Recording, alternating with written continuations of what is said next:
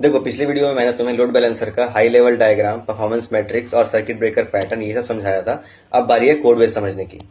देखो, अब 300 लाइन का कोड बेस को समझना और समझाना दोनों पॉसिबल नहीं है एक वीडियो में, तो इसे हम लोग क्लास बाय क्लास समझते हैं।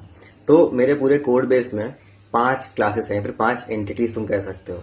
Server pool, server, health checker, load balancer और रिवर्स प्रॉक्सी। तो इसे वन बाय वन देखते हैं।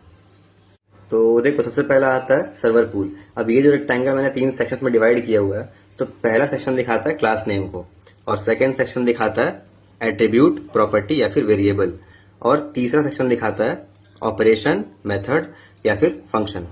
तो सर्वर पूल में 2 एट्रीब्यूट हैं, फिर वेरिएबल तुम कह सकते हो। एक सर्वर ऑब्जेक्ट का एरे है, जिसमें सारे सर्वर ऑब्जेक्ट्स का एड्रेस या फिर पॉइंटर हमने स्टोर किया हुआ है, और एक वेरिएबल है करंट, जो कि करंट इंडेक्स को दिखा रहा है, मतलब करेंटली रिक्वेस्ट किस सर्वर पे गई है वो स्टोर यहाँ पे किया जा रहा है। ठीक है, बात करते हैं ऑपरेशंस की। तो इसके ऊपर एक फंक्शन है ऐड सर्वर। नाम से पता चल रहा है कि हम लोग यहाँ पे इसके थ्रू सर्वर ऐड कर सकते हैं लिस्ट में।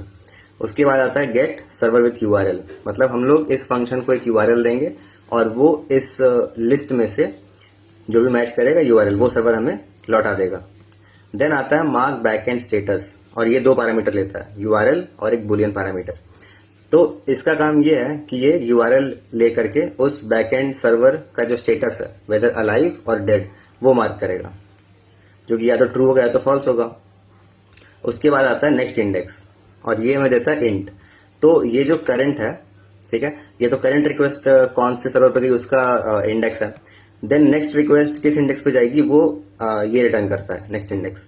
एंड उस इंडेक्स पे कौन सा सर्वर है वो तुम्हें देगा get next peer. And then तुम्हारा आता है हेल्थ चेक, और फिर इसका काम तुम नाम से ही समझ रहे हो कि वो सर्वर अभी अलाइव है या फिर डेड है कि नहीं। और ये हम लोग बेसिकली एक टीसीपी रिक्वेस्ट सेंड करके चेक करते हैं। तो ये क्लास डायग्राम था सर्वर पूल क्लास का। आगे हम लोग सर्वर क्लास भी देखेंगे, उसके लिए फॉलो कर लेना।